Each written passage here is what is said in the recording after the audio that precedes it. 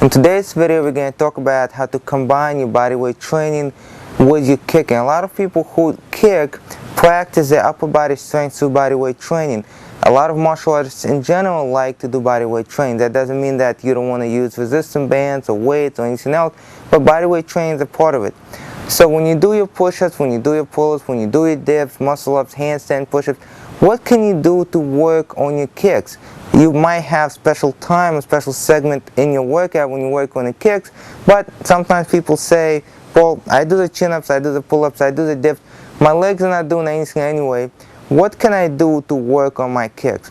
Well, the most obvious thing that comes to mind, of course, is to lift the legs forward. Okay? So you might be hanging down here, and you would lift one leg forward, or other leg forward, or both legs forward. Okay, this of course will work the abdominals, will work the hip flexors, but of course you're going to get the abdominals in. One of the things that I propose you do is keep the other leg back and bend as much as possible. What that's going to do, if you keep the other leg bent like so, by forcing it to go back, your pelvis is going to be stabilized, and it's not going to be just the front of your core that's working here. We're going to have the whole core activated, and this is going to resemble your kicking technique a little bit more, so it's not going to be just the anterior chain and that's it. So it looks like this. One leg comes back as far as possible, the other leg goes forward. One leg comes back as much as possible. You can do this as a kick, or you can do this as a straight leg, okay? But try to keep the other leg back as much as possible, and you're going to have that distribution of even pressure from the front to the back, resemble more of the kick and the control you want in your kick, as opposed to simply flexing forward.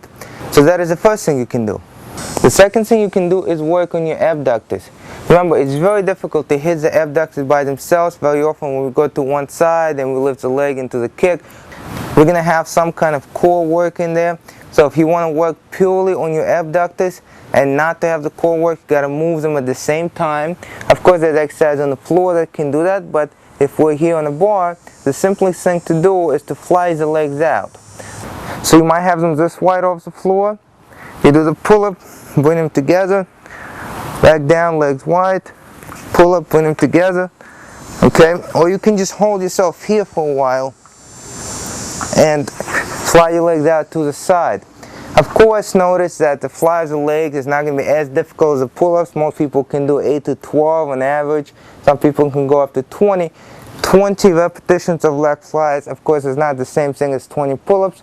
So be prepared that if you don't feel it here, you might have to just simply hang here for a while. Okay, adjust your position and work on the fly. Because if you try to do the fly every time you do the chin up for the pull-up, of course you're going to do more flies, and by the time your pulling muscles are tired, your legs are not going to be. So of course, flexing the legs forward or a little bit out to the side would work on the front kicks, front leg kicks. Zaichik, hook kick, roundhouse will work by the abductors. The same thing can be done while you're working on your dips.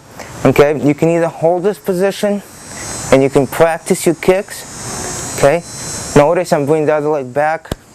I'm not just doing this, okay? If I want to do it as a kick, or I can do it as a straight leg. Or I can do the same thing with the dips. However, once again, for most people, the pushing muscles here, chest, shoulders, triceps, are going to get tired a lot faster than your legs. And you will do the same thing, bring your legs out to the side. The upper body gets tired before your legs. You can find a comfortable position here and bring the leg out to the side. Of course, you're going to have to bend your knees, because when your arms are straight, you don't have that range of motion. So there's some of the things that you can do. There's a lot more to work on your kicks while you work on your upper body. To some people, this exercise is new. To some people, this exercise is old. And to some people, it's something that you already thought about, you just never practiced. Give it a shot. I'm Zaichik. Thank you for watching.